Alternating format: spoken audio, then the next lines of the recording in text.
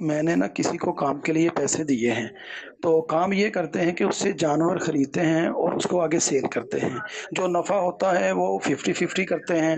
جو جانور مر جائے تو اس کو بھی 50-50 ہی بانٹیں گے، یا جو اصل رقم ہے دی ہوئی اس میں سے اس کی رقم نکالیں گے۔ پالنے کے لیے دیے انہوں نے؟ انویسٹمنٹ کی ہے، جانور خریدتے ہیں اور پھر آگے بیچ دیتے ہیں، خرید کے بیچ دیتے ہیں، پالتے نہیں۔ یعنی مداربت ایک طرح سے، جی پیسے ان کے ہیں، محنت کسی اور کی جی ہے۔ ایسا ہے۔ تو دیکھیں اس میں نقصان جو ہے یہ مداربت ہے۔ مداربت میں نقصان اگر ہوتا ہے تو وہ پھر یہ دیکھتے ہیں کہ بھئی آپ نے ایک کام کیا ہوا تھا سال سے، تو آپ نے کافی سارا پیسہ بھی کمایا اس سے، تو پہلا نقصان کا مرحلہ جو ہے وہ نفع سے پورا کرتے ہیں، اگرچہ کہ آپ وہ نفع کھا پی چکے ہوں۔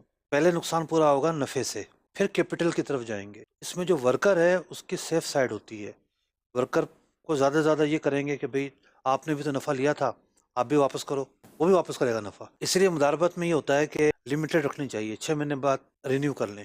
جب آپ رینیو کریں گے تو پھر آپ دوبارہ آپ کو بیک نہیں ہونا پڑے گا۔ یہ اس کے اصول و قواعد ہیں۔ کچھ 2-3 چیزیں میں نے بیان کی ہیں، مجھے یہ اندازہ ہے کہ آپ کی تشفی نہیں ہوئی ہوگی۔ اس کی وجہ یہ ہے کہ مداربت پورا ایک چیپٹر ہے۔ ظلم کورس میں چلے جائیں آپ دارالفتہ اہل سنت کی اپلیکیشن پر یا پھر دارالفتہ اہل سنت کی ویب سائٹ پر، وہاں آپ کو یہ مل جائیں گے اور وہاں آپ پورا سن لیں کہ مداربت میں نقصان کے کیا رولز اینڈ ریگولیشن ہے۔ احکام تجارت، احکام تجارت